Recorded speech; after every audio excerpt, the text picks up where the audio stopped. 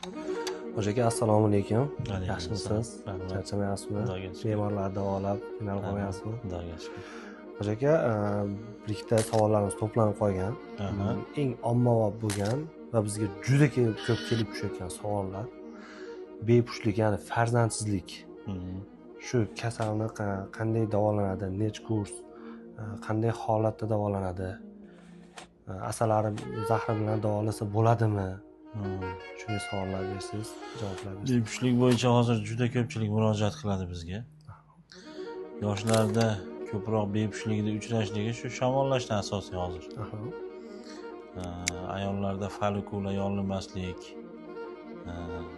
shu turba yo'li ochilmaslik, bu narsa hammasi shamollashdik. Bularni bizda muolajamiz bor bularga. Ayollarga 1-2 kurs lecheniya olsa yetadi.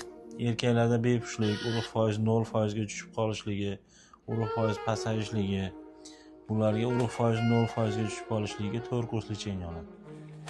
Bu ham asli endi shamollashdan bo'lsa, endi hozir 90% dan ortig'i shu shamollashdan kelib chiqadi. Taqdirotda 0 bo'lsa, endi uni ilojisi yo'q. Bularga davo bor, xudo xolasa. Butun dunyo bo'yicha hozir asalari birinchi o'rinda turibdi. Albatta. Urug' foizni ko'tarishga bu 100% tabiiy ham urug' foizni haqiqiy ko'tarib beradigan muolajasi, dorisi shu bo'lib turibdi. Juda ko'pchilik kelib bu yerda lecheniya olib, buni foydasini bilishyapti.